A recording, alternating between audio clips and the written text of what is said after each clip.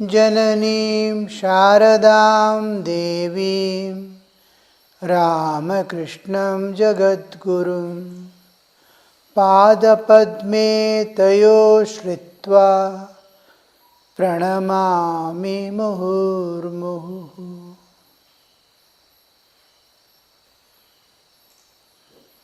Love of God, the path of bhakti. Naren is singing.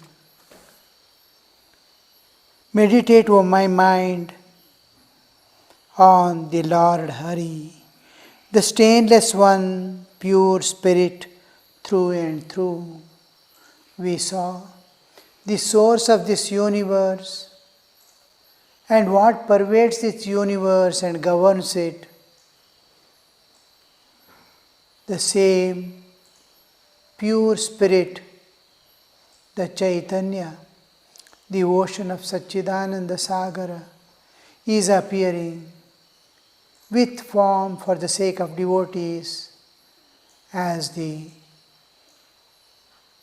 avatara. And the same consciousness, the Shuddha Chaitanya, is pervading the universe as the Lord of the universe and is manifesting in every jiva as the Antaryamin. So that Lord of the universe, which is one with the absolute existence, the impersonal absolute, the personal aspect of God, is here in front of the jiva as Hari,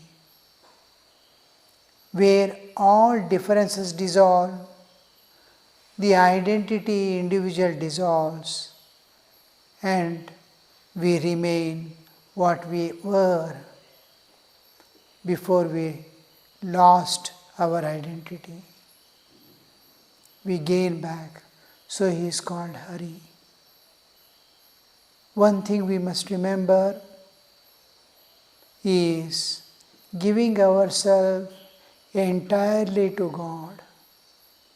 It is easy to say, meditate on God, or I meditate on God, but it demands great amount of sacrifice, great amount of giving. Give yourself entirely. For that, you have to integrate yourself.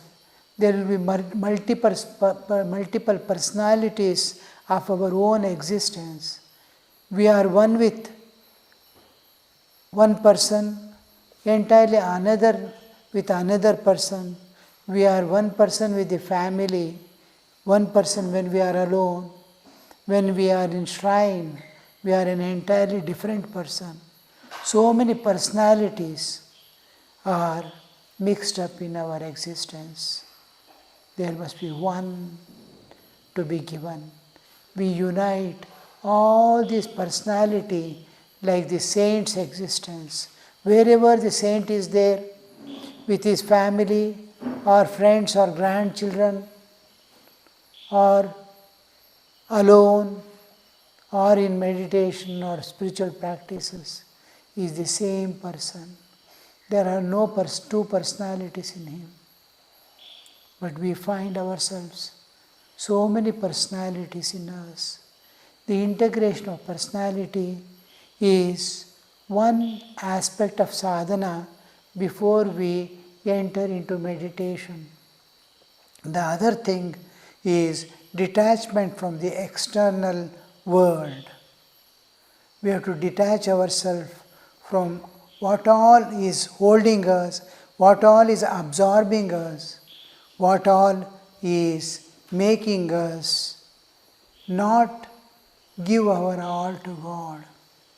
Anything, even the what we call necessities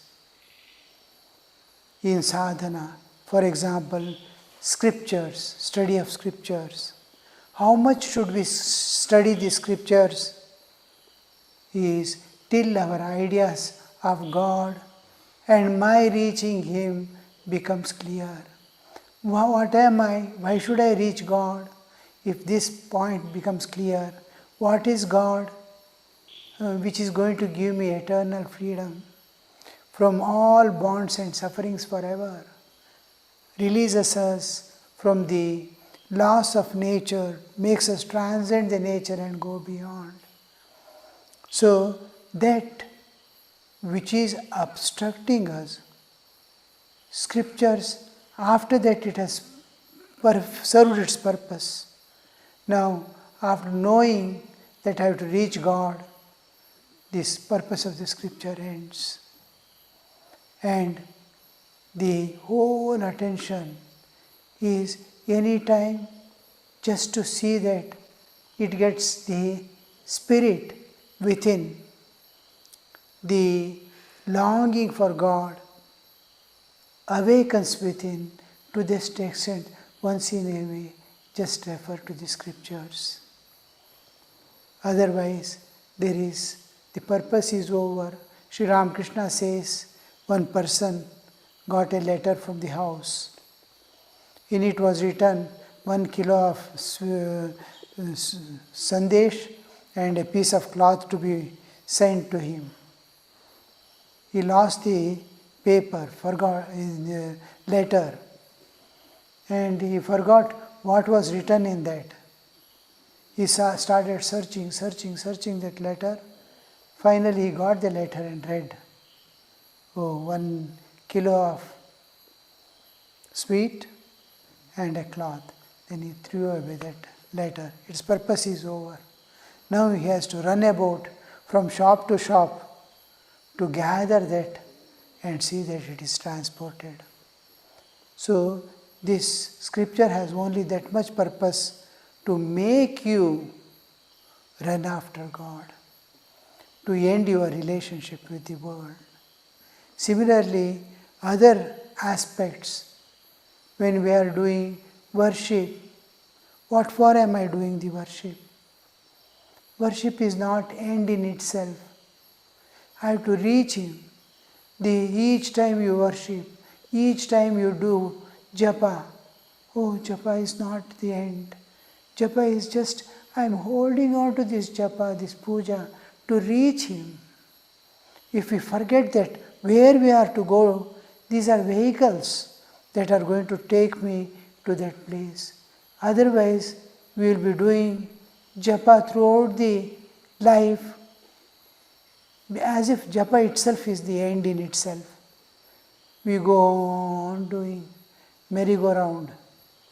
Get up in the morning, attend to the routine, and end the day. To begin again next day. Merry-go-round. No. Each time you take the japamala in hand, I have to reach that. I have to reach that. Similarly, how much of music should we practice? How many days we have to play, how long we have to play, how much we have to. We need not go to the stage and sing before people. We are not practicing music for any claps that we might get from the people or to present to anybody. It is that much of music is sufficient that you are able to sing in front of God, sing along with the devotees of God, and there it ends, its purpose is over. Beyond that is wastage of time. That much of that clarity with which, Naren finished his music practice before he came to Thakur. So we may take a little more time to sing a song in its normal perfection, not proficiency, but sufficient to present it to God and to awaken the spirit in the devotee circle where we are, because it is a community life and we have to give something to the community, and community is protecting us, giving us something in return. What am I going to sing with the people? Make them hear the Lord's name, give them the message of the saints who have written that. To that extent, the music is necessary. After that, pursuit of music or scriptures is waste of time. Their purpose is over.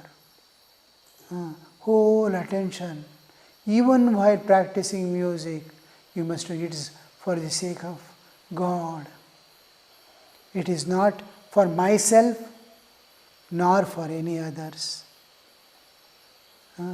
When the mine for me comes, I, mine and for me comes, the whole game is spoiled. It makes us push into the peril. It is going to destroy us. So don't go beyond certain limits in external things to the extent it helps your spiritual practices, to the extent it helps others to go towards God. We don't need proficiency. We don't need claps of the people. We don't need money.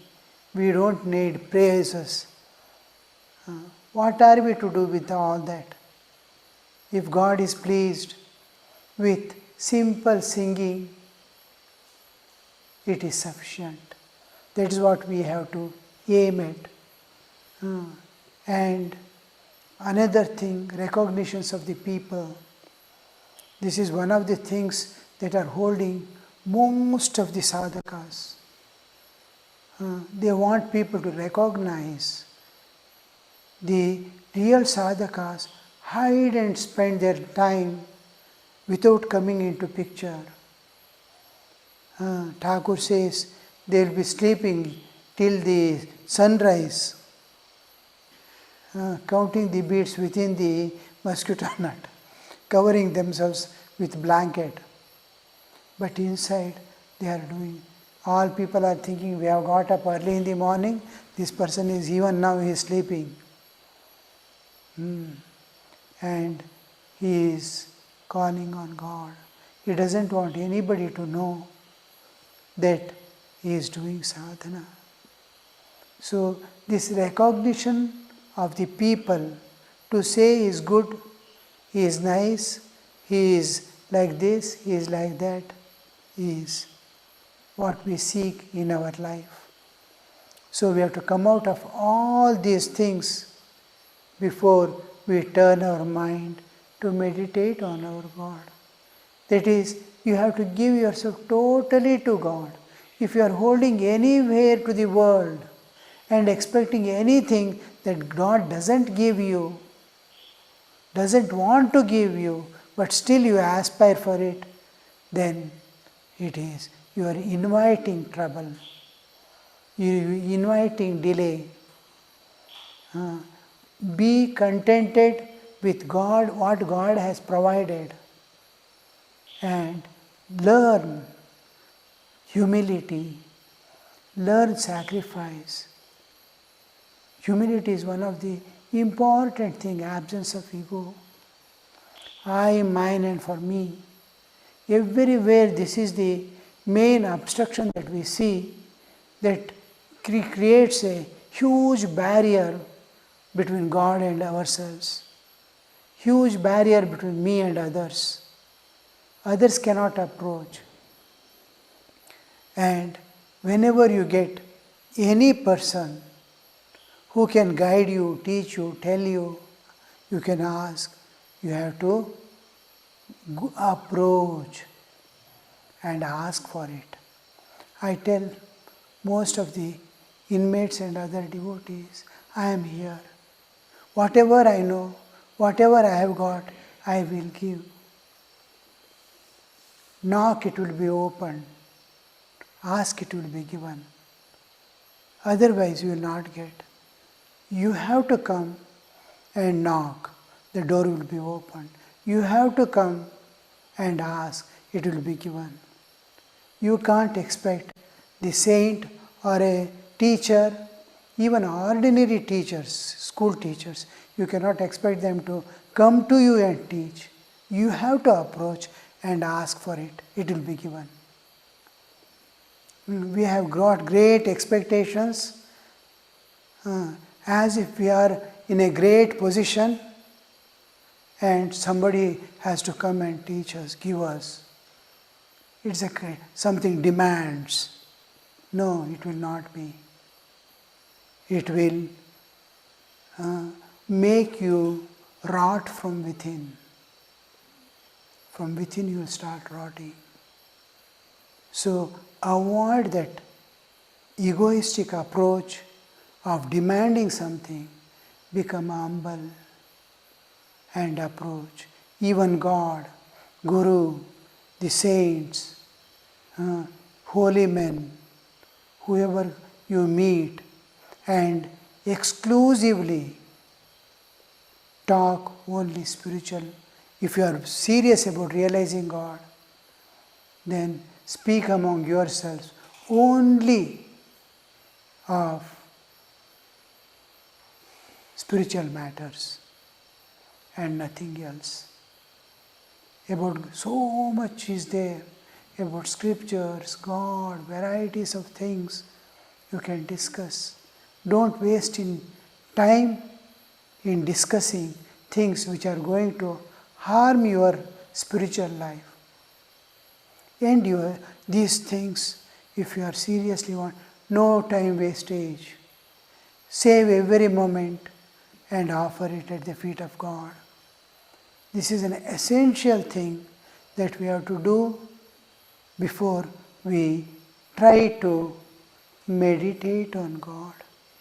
All external things that are going to carry us away has to go, and then the moment you turn inward and dive within, the path is so smooth, so clear, nothing obstructs from within, nothing holds us back from the back.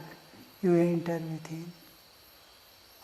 Meditation becomes a real thing to transcend the nature and go beyond. Otherwise, the doors will never be opened. With things holding this world in some way or the other, it will not, you cannot go. Whole vehicle may be free, one part is tied to a pillar, it will not move.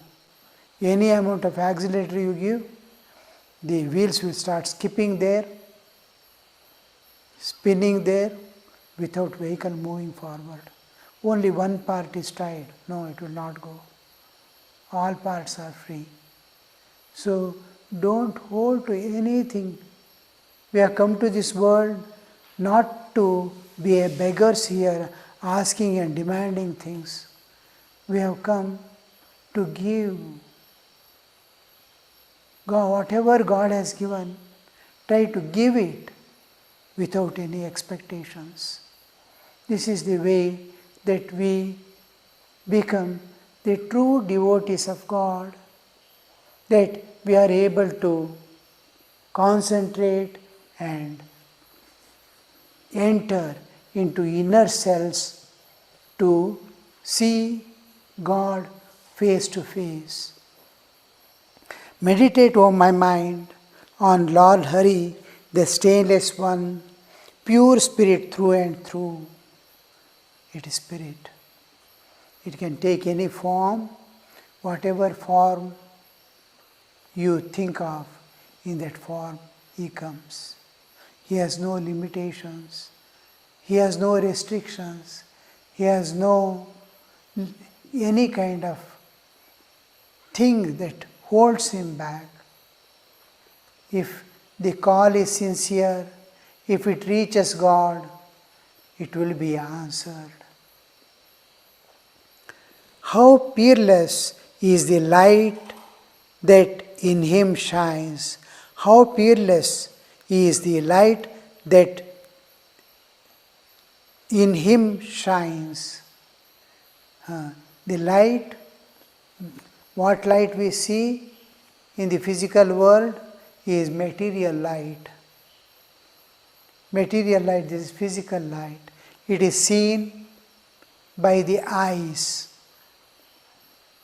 There is intellectual light. Idea flashed in my mind, with which we understand things, plan things, design things, utilize things, and live in this world in various ways using intellectual light. He is like that. He could do like this. All these features and factors come into picture. I can understand, I can expect, I can analyze. This is intellectual light. This light also, intellectual light also, cannot see that light, what is inside the Lord which is shining in Him. He is made up of Chaitanya. In Him there is light. And can we see with these eyes? No. Can we see it with our intellect? No. You can't. How do you see then? You, independent of bodily existence, can see. When do you see? When you transcend mind and go beyond. With mind and senses, you can't see that spiritual light. It is not material light, it is not intellectual light, it is no other light pertaining to this realm of time and space. It is light of consciousness, Chaitanya, the spiritual light which enlightens everything. Tasya bhasa sarvamidam vibhati. His shining forth, everything shines after Him. He being there, everything exists. That light which makes everyone understand things. Sri Ramakrishna says, God is that light by which we understand each other. We are able to live in this world. That light which is making us, giving life to this body. So that light is, Vivekananda is speaking about this song, is depicting that light, supreme light, to know that you must be spirit. Intellectual light, intellect can understand the intellectual light. Suppose there is a mobile phone, cell phone. How it works? Very difficult to explain. And if an engineer, software engineer, gives the whole explanation of how a mobile works, I won't be able to understand. My brain will start heating up. I say, no, I cannot understand. Somebody was explaining to Thakur. Yes, he asked some question and then she says, no, enough of this. So, because I had certain things which I can understand. If I am trained, if my mind is trained, my intellect is trained to understand that, my intellect can understand that intellect which has designed it. With physical eyes, I can see physical light. I can see the dream. With what light do I see the dream? I am sleeping in darkness, covering my eyes with a towel, and I see in the dream I am walking in the hot sun, everywhere brightness. Where from that light came? That is the light of the soul. The seer is also enlightened with the light of the soul. The mind also has created a world out of the light of the soul. The self is.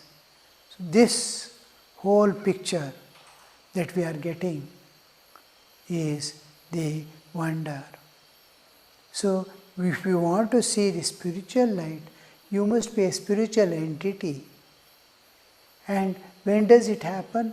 When you transcend They just transcend the mind and go beyond. With spiritual awakening, you will see the light of God. You can clearly understand what is the spiritual light means. He is speaking about that light. How peerless is the light that in him shines. Means what is meditation? Where is it going to take? And what will be the result is being told within these two sentences. That is, you are going to transcend your bodily existence, become yourself the Chaitanya Swarupa, the spiritual awakening. You are going beyond the mind and experiencing the inner beauty of the Lord, the inner light of the experiencing, the inner light of the Lord, the Chaitanya, with which the world has become Chinmaya. How soul bewitching is his wondrous form. Form comes into picture here.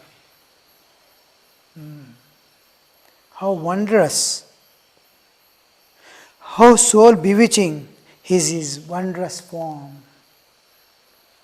Beauty. What is this beauty again? Like light. Various aspects of beauty is there. Beauty of the body is skin beauty. Beauty is skin deep.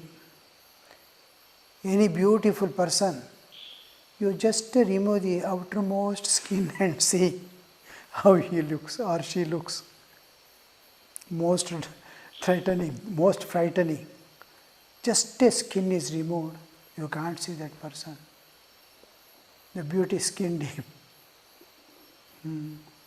Is that the beauty? Is that the wondrous form of the Lord? There is slightly higher beauty. Beauty of a person who has got good character. He may be looking ugly, but if his character is nice, everyone loves him. It is a wonder how they long to be with him. Even saints long to be with such people. The inner beauty is manifesting. Still higher beauty as you go on within till the beauty of the Atman. You see how beautiful is crow. How beautiful is crow. If you want to know how beautiful is crow or a poisonous snake, you go and ask its young ones. The crow's baby knows how beautiful is crow. It's everything for that crow. The mother's beauty. Why does that mother look beautiful for that child? Is the beauty is the highest beauty that man can give is love. Love makes the person blind. The eyes of love see something in a gypsy woman. It sees the heavenly beauty of heavenly damsels. The love eyes see an ordinary person walking in the. If there is exchange of love, you will see an entirely different picture. The whole thing, the beauty of love is the topmost in the human level. Beyond that is the spiritual love, spiritual existence, spiritual beauty. We'll continue. Om Shanti Shanti Shanti. Hari Om Tat Sat. Shri Ramakrishna Arpanamastu.